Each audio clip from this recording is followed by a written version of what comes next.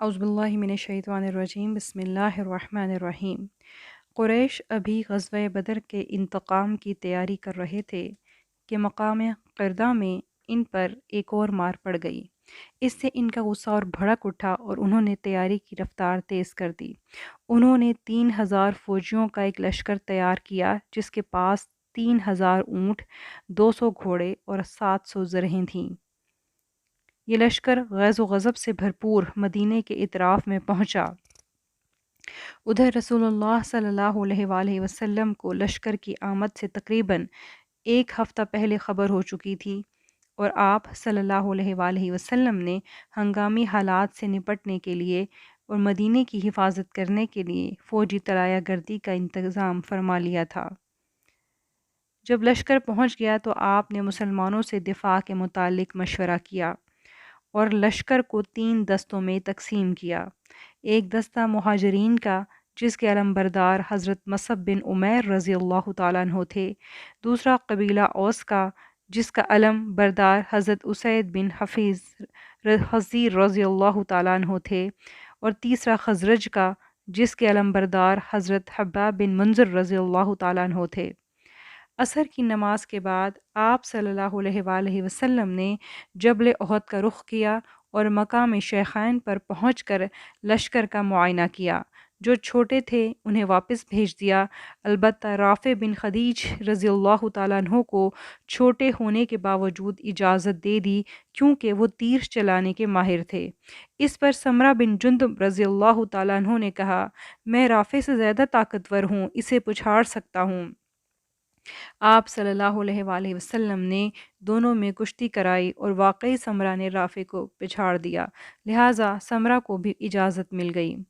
اسی لشکر کو لے کر رسول اللہ صلی اللہ علیہ وآلہ وسلم نے دشمن کو مغرب کے سمت چھوڑتے ہوئے ایک مختصر راستے سے احد کی جانب پیش قدمی کی اور احد کی بلندیوں کو پشت کی طرف کرتے ہوئے وادی کے سرے پر واقع احد پہاڑ کی گھاٹی میں نزول فرمایا۔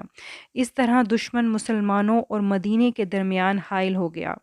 یہیں آپ صلی اللہ علیہ وآلہ وسلم نے لشکر کو مرتب فرمایا اور عبداللہ بن جبیر انصاری رضی اللہ تعالیٰ عنہ کی کمان میں جبل عنین پر، جو بعد میں جبل رماح کے نام سے معروف ہوا، 50 تیر انداز مقرر فرمائے اور انہیں حکم دیا کہ سواروں کو تیر مار کر دور رکھیں اور مسلمانوں کی پشت کی حفاظت کریں، اور انہیں تاکید کی کہ جب تک آپ کا حکم نہ آئے اپنی جگہ نہ چھوڑیں، خواہ مسلمان فتح یاب ہوں یا شکست کھائیں۔ ادھر مشرکین نے بھی اپنے لشکر کو مرتب کیا اور میدان جنگ کی طرف پیش قدمی کی۔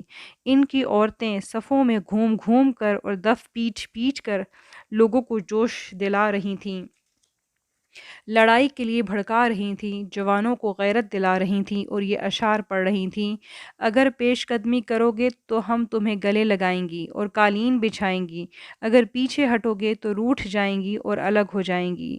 اور علم برداروں کو ان کا فرض یاد دلاتے ہوئے یہ یوں کہہ رہی تھیں، دیکھو بنی عبدالدار، دیکھو پشت کے پاسدار، خوب کرو شمشیر کا وار۔ جب دونوں لشکر قریب آ گئے تو مشرکین کا علم بردار اور قریش کا سب سے بہادر انسان طلحہ بن ابو طلحہ عبدری نمودار ہوا۔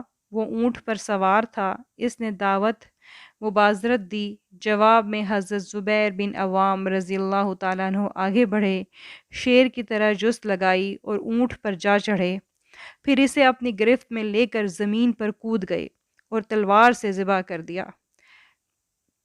اس پر نبی کریم صلی اللہ علیہ وآلہ وسلم نے نعرہ تکبیر بلند کیا اور مسلمانوں نے بھی نعرہ تکبیر بلند کیا۔ اس کے بعد ہر طرف جنگ کے شعلے بھڑک اٹھے۔ خالد بن ولید نے، جو اس وقت مشرکین کے رسالدار تھے، 3 بار کوشش کی کہ مسلمانوں کی پشت پر جا پہنچیں، لیکن تیر اندازوں نے تیر برسا کر انہیں واپس پلٹنے پر مجبور کر دیا۔ مسلمانوں نے مشرکین کے علمبرداروں پر اپنا حملہ مرکوز رکھا، یہاں تک کہ ان کا مکمل طور پر صفایا کر دیا۔ یہ کل 11 افراد تھے۔ ان کے خاتمے کے بعد ان کا جھنڈا زمین پر آ گرا۔ مسلمانوں نے بقیہ اطراف میں ہلہ بول دیا، صفوں کی صفیں الٹ دیں اور مشرکین کی اچھی طرح پٹائی کی۔ ابو دجانہ اور حمزہ رضی اللہ تعالیٰ عنہ نے بڑے کارنامے انجام دیے۔ اسی پیش قدمی اور غلبے کے دوران میں اللہ اور اس کے رسول کے شیر حضرت حمزہ بن عبد المطلب رضی اللہ تعالیٰ عنہ شہید کر دیے گئے۔ انہیں وحشی بن حرب نے قتل کیا۔ یہ ایک حبشی غلام تھا جو نیزہ پھینکنے کا ماہر تھا۔ اس کے آقا جبیر بن مطعم نے اس سے وعدہ کیا تھا کہ وہ حضرت حمزہ کو قتل کر دے تو اسے آزاد کر دے گا، کیونکہ حضرت حمزہ رضی اللہ تعالیٰ عنہ نے ہی اس کے چچا طعیمہ بن عدی کو غزوہ بدر میں قتل کیا تھا۔ چنانچہ وحشی ایک چٹان کی اوٹ پہ چھپ کر حضرت حمزہ رضی اللہ تعالیٰ عنہ کی طاق میں بیٹھ گیا۔ حضرت حمزہ مشرکین کے ایک آدمی سبا بن عبد العزیٰ کا سر قلم کر رہے تھے کہ وحشی نے ان کی طرف نیزے کا رخ کیا اور اسے اچھال دیا۔ وہ غافل تھے۔ نیزہ ان کے پیڑوں پر لگا اور دونوں پاؤں کے درمیان سے نکل گیا۔ وہ گر گئے اور اٹھ نہ سکے، یہاں تک کہ ان کی شہادت واقع ہو گئی۔ بہرحال مشرکین شکست کھا کر بھاگ کھڑے ہوئے۔ جوش دلانے والی عورتیں بھی بھاگ گئیں۔ مسلمانوں نے مشرکین کو گھیر لیا۔ وہ انہیں مار بھی رہے تھے اور غنیمت بھی سمیٹ رہے تھے، لیکن عین اسی موقع پر تیر اندازوں نے غلطی کی اور اپنے مورچوں پر ڈٹے رہنے کا جو تاکیدی حکم انہیں رسول اللہ صلی اللہ علیہ وآلہ وسلم کی طرف سے دیا گیا تھا، اس کے باوجود غنیمت کے چکر میں ان کے 40 آدمی پہاڑ سے نیچے اتر آئے۔ خالد بن ولید نے اس موقع کو غنیمت جانا اور پہاڑ پر جو 10 آدمی رہ گئے تھے ان کا صفایا کر دیا۔ پھر پہاڑ کے پیچھے سے گھوم کر مسلمانوں کی پشت پر آ گئے اور ان کو نرغے میں لینا شروع کر دیا۔ ان کے سواروں نے ایک نعرہ بلند کیا جسے مشرکین نے پہچان لیا تو وہ بھی پلٹ پڑے اور ان کی ایک عورت نے لپک کر جھنڈا اٹھا لیا۔ پھر کیا تھا کہ بکھرے ہوئے مشرکین اس کے گرد سمٹ آئے اور جم گئے۔ یوں مسلمان چکی کے دو پارٹوں کے بیچ میں آ گئے، یعنی جو معرکہ مسلمان فتح کر چکے تھے وہ مشرکین نے فتح کر لیا۔ نبی کریم صلی اللہ علیہ وآلہ وسلم پر مشرکین کا حملہ اور آپ صلی اللہ علیہ وآلہ وسلم کے قتل کی افواہ۔ اسی وقت رسول اللہ صلی اللہ علیہ وآلہ وسلم پیچھے تشریف فرما تھے اور آپ کے ساتھ صرف 7 انصار اور 2 مہاجرین تھے۔ آپ نے پہاڑ کے پیچھے سے خالد کے سواروں کو نمودار ہوتے دیکھا تو نہایت بلند آواز سے پکارا، اللہ کے بندو میری طرف آؤ۔ لیکن اس آواز کو مشرکین نے جو مسلمانوں کی بنسبت آپ صلی اللہ علیہ وآلہ وسلم کے زیادہ قریب تھے پہلے سن لیا اور ان کے ایک دستے نے تیزی سے آواز کا رخ کیا اور رسول اللہ صلی اللہ علیہ وآلہ وسلم پر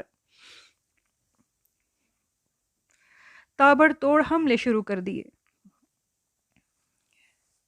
ان کی کوشش تھی کہ مسلمانوں کے پہنچنے سے پہلے آپ کا کام تمام کر دیا جائے۔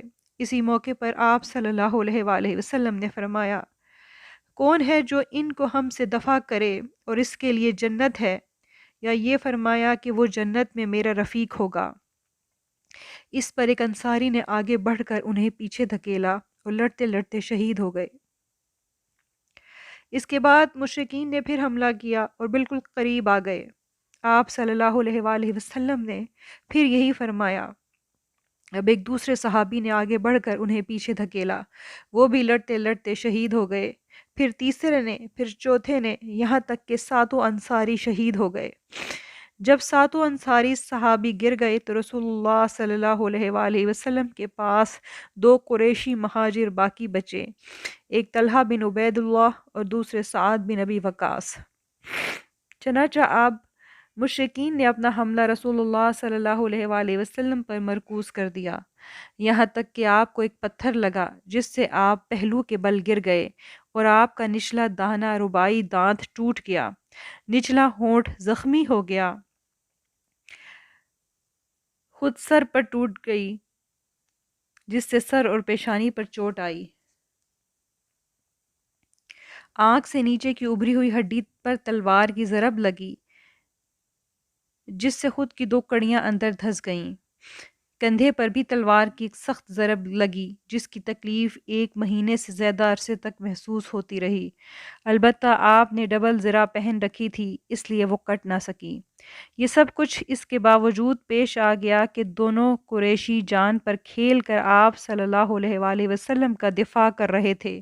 چنانچہ حضرت سعد بن ابی وقاص رضی اللہ تعالیٰ عنہ نے اس قدر تیر چلائے کہ نبی صلی اللہ علیہ وآلہ وسلم اپنے ترکش کے تیر ان کے لیے بکھیرتے ہوئے فرمایا، چلاؤ، تم پر میرے ماں باپ فدا ہوں۔ اور طلحہ بن عبید اللہ رضی اللہ تعالیٰ عنہ نے تنہا 11 افراد کے برابر لڑائی لڑی، یہاں تک کہ انہیں 35 یا 39 زخم آئے۔ اپنے ہاتھ پر تیر اور تلوار روک کر نبی صلی اللہ علیہ وآلہ وسلم کو بچایا، جس سے ان کی انگلیاں زخمی ہو کر شل ہو گئیں۔ جب ان کی انگلیاں زخمی ہوئیں تو ان کے منہ سے ہسی کی آواز نکلی۔ نبی صلی اللہ علیہ وآلہ وسلم نے فرمایا، اگر تم بسم اللہ کہتے تو تمہیں فرشتے اٹھا لیتے اور لوگ دیکھتے رہتے۔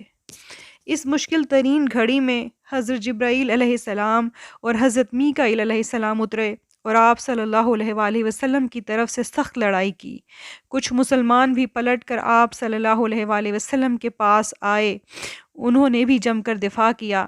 سب سے پہلے پلٹ کر آنے والے ابو بکر صدیق رضی اللہ تعالیٰ عنہ تھے اور ان کے ساتھ ابو عبیدہ بن جراح رضی اللہ تعالیٰ عنہ بھی تھے۔